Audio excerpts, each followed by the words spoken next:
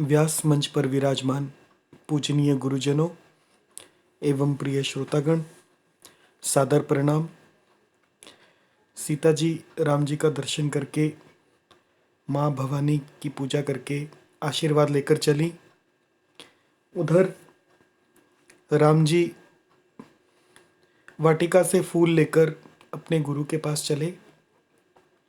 आगे की कथा में हृदय सराहत सियलो नाई, गुरु समीप गवने दो भाई।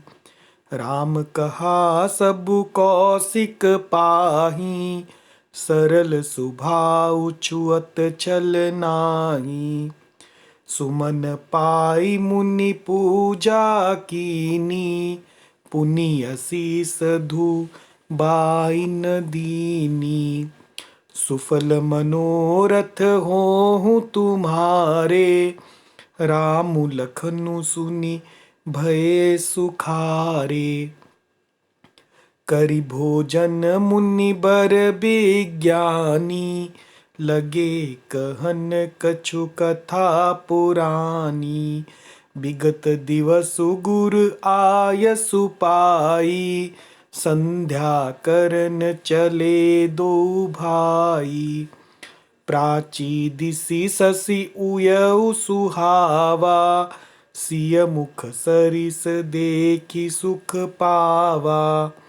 बहुरी विचारु कीन मन माही, सिय बदन सम हिम कर नाही। जन्म सिंधु पुनि बंधु बिषु, दिन मलिन सकलंक। सिय मुख समता पाव किमी, चंदु बापरो रंक। ये 237 नंबर दोहे में हृदय सराहत सिए लोनाई। राम जी वापस जा रहे हैं, हाथ में फूलों की टोकरी या दोना लेकर, और हृदय में सराहना कर रहे हैं सीता जी की सुंदरता की। लोनाई यानी सुंदरता की। गुरु समीप गवने दो भाई गुरु के समीप पहुंचे। राम कहा सबु कौशिक पाही, श्री रामचंद्र जी ने विश्वामित्र जी से सब कुछ कह दिया जो वाटिका में हुआ। सरल स्वभाव, क्योंकि रामचंद्र जी का सरल स्वभाव है। छुअत छल नाही, छल तो उनको छूता भी नहीं है। सुमन पाई मुनि पूजा कीनी, और पुष्प प्राप्त करके मुनि विश्वामित्र जी ने पूजा की। पुनि असीस दो भाई न दीनी, और फिर उन्होंने आशीर्वाद दिया दोनों भाइयों को और कहा सुफल मनोरथ हों तुम्हारे, कि तुम्हारे मनोरथ सफल हों। राम लखन सुनी भय सुखारे, और राम और लखन ऐसा सुनकर सुखी हो गए। मुनि विश्वामित्र जी जानते हैं कि राम और लखन के क्या मनोरथ हैं, और वो आशीर्वाद गुरु से प्राप्त हो गया। ये जो चौपाई है, सुफल मनोरथ होहु तुम्हारे, राम लखन सुनी भय सुखारे, ये बड़ी ही सुंदर चौपाई है। इसमें राम और लक्ष्मण जी को उनकी मनोकामना पूर्ण होने का आशीर्वाद मिला।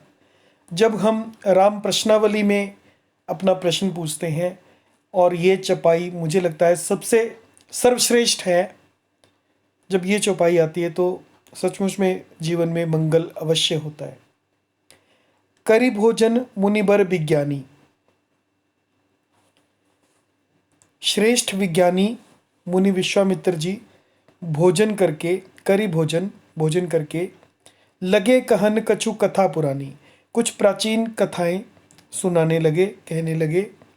विगत दिवसु गुरु आयसु पाई, इतने में ही विगत दिवसु दिन बीत गया, और गुरु की आज्ञा पाकर संध्या करन चले दो भाई, संध्या करने के लिए दोनों भाई चले गए।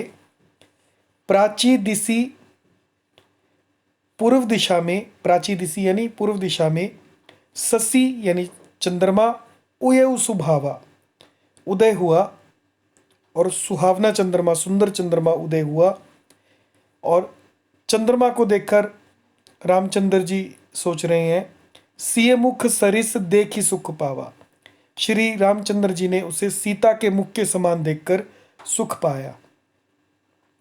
बहुरी विचार, फिर विचार करने लगे। कीन मन माही, मन में विचार किया।